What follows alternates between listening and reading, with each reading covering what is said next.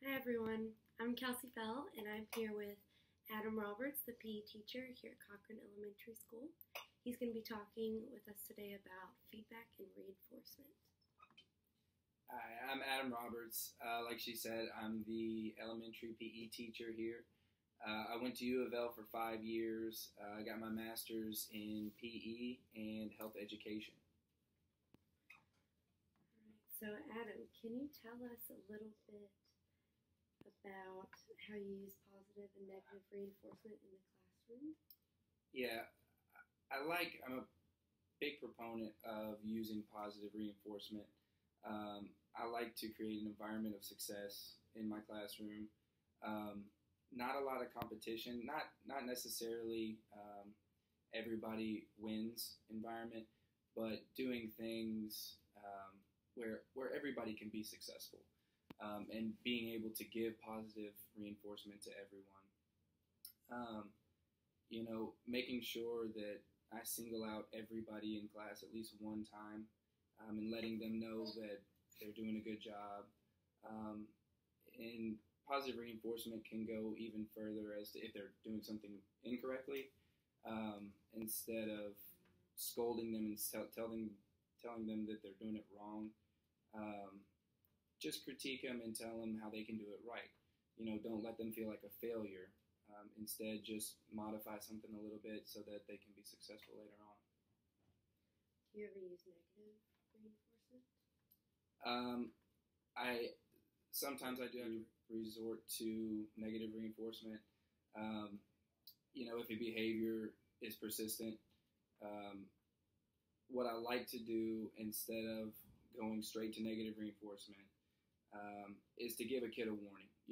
Kids are going to be kids. They're going to forget the rules, or they're going to do something incorrectly, and that's okay. And that's why my first step to not necessarily punishment, but consequences, I'd say, is giving a warning. So if you're throwing something up in the air that you shouldn't be, I say, Kelsey, you have a warning for not following directions, and then that lets them know, oh, okay, yep, I forgot, I was acting out. And then if they do it again, then they'll sit out, and it's only for a minute or so, just to get them in the mentality of, hey, I shouldn't be doing that.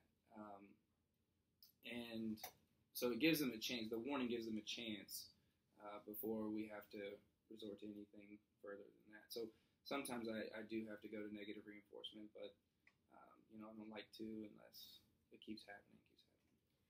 Do you think there's any negative effects from using punishment in the classroom? I think it's, as far as in the gym, I think it's case by case, really. I get, for the most part, people come out of timeout better, more well behaved. There are a select few of kids that take it as a personal attack from me, and so they continue to act out. But what I like to do is, as soon as someone comes out of timeout, I don't just say, okay, you can go play now. I bring them to the side. I talk to them why they went to timeout, and then I talk to them about what we can do better so that it doesn't happen again. So it's not just you sit down and I'm going to leave you to sit and think by yourself, and then you can come back and play. I want the behavior to be modified, and I want them to know that the reason they set out, it needs to be changed, and it won't be tolerated. Do you have any students that act out negatively only to receive attention, either from you or his classmates? Yeah, absolutely. I mean, you're going to get that with kids. They want attention. Maybe they're a younger sibling at home, and they don't get a lot of attention at home. So when they come to school, they'll act up to get attention. How do you handle punishment for those students when that's what they want? So that comes with knowing your students, right? So, let's say Joey walks into the gym. I know Joey begs for attention all the time. So maybe right when he walks in, I give him some positive reinforcement and say, hey man, how's your day? I like your shirt, I like your shoes, something. Let him know that I see him, let him know that I know he's there. And then throughout the class, call him out for doing a good job. let him know that I see him doing a good job instead of waiting for him to act out and then punishing him for it. So it's being proactive, and just and knowing your kids a lot. That's what I tell a lot of my student teachers is once you get your own classroom, that is the number one classroom management tool is knowing your kids, knowing where they come from, knowing how they react to certain situations, and being proactive in handling something that might go wrong before it does. So you do get those children that act out negatively, but if you jump on it early, then it solves it pretty well. That's a really good answer.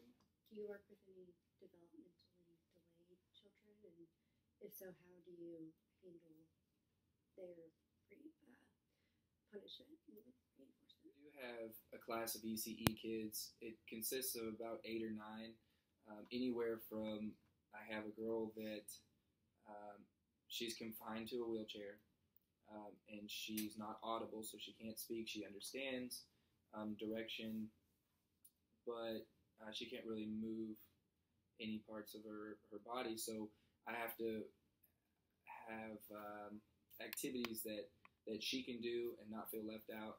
And then I have students in that class that go all the way up to fully functioning, very athletic, understand things very well. So I have to find a balance in between those two disabilities. Mm-hmm. But as far as modifying behavior and reinforcements, it's really tough with ECE students, especially the ones that I have. They're more severe, and I really rely on my aides for that. They see them way more than I do. I see them for an hour a week, and I pretty much lean on them, not for sole reinforcement. I don't say you go deal with this kid, Mm-hmm. but I ask them, say, hey, if he starts, if he runs across the gym, does he understand what he's doing? What can his punishment be? If we have him sit out, does he understand that he's sitting out because of that? And I'll have these conversations with the kids too, but a lot of them are not audible. You can't have a conversation with them, and the cognitive part of it is something that I struggle with. Trying to figure out what they do understand and how to build on that. But like all my other students, positive reinforcement's huge with them. I know that when I get behind them and clap, it motivates them to do the activity at hand. You get a big smile on their face. So I understand the positive part of it. Mm-hmm. And building that relationship. So if I'm energetic and into it, they'll be energetic and into it, and they'll be more likely to follow my direction. If I make it seem fun, then they'll be more likely to follow directions and stuff. But as far as the negative reinforcement, it's a little bit more touchy with an ECE class than it is a regular ed class. Do you have any kind of reward system in the classroom for both? For anybody? Yeah. Sort of. So I have, with my younger kids, I have what's called a victory lap. So if I catch you doing something good, is the way I word it. So if I catch you doing something good throughout the class, maybe you walked in like you were supposed to. Maybe you stood in line like you were supposed to. Maybe you hula hooped really well. I don't know.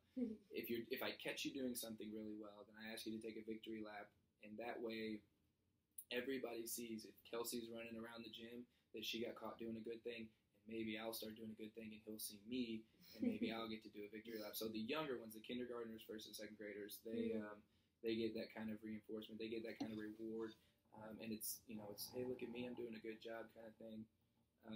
With the older ones, it's more intrinsic.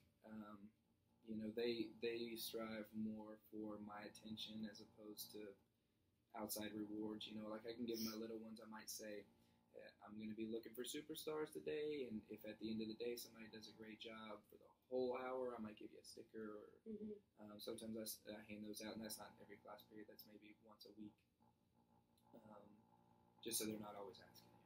Right. But as far as rewards, it's I don't really like to give out a lot of trinkets and toys, just because I want to be able to motivate people just with words and being enthusiastic, more so than a toy or something. What about like for the overall class? Like, do you have any kind of reward system? Yeah. If every class has the opportunity to earn what's called a play point at the end of every class. If the entire class does a great job for the whole hour, then they get 1 play point. If you get 5 play points, then your 6th class, the next time that you come in, you have half a free day. So the entire class can work towards earning half a free day, which I don't want to give them a full hour because that's kind of reckless. But the first 30 minutes will be instruction, and then if they do well with that, then the second 30 minutes I'll get out scooters and basketballs and jump ropes, and they can do whatever they want to, and they really enjoy that. I guess that would be kind of a reward system, just kind of built into the class.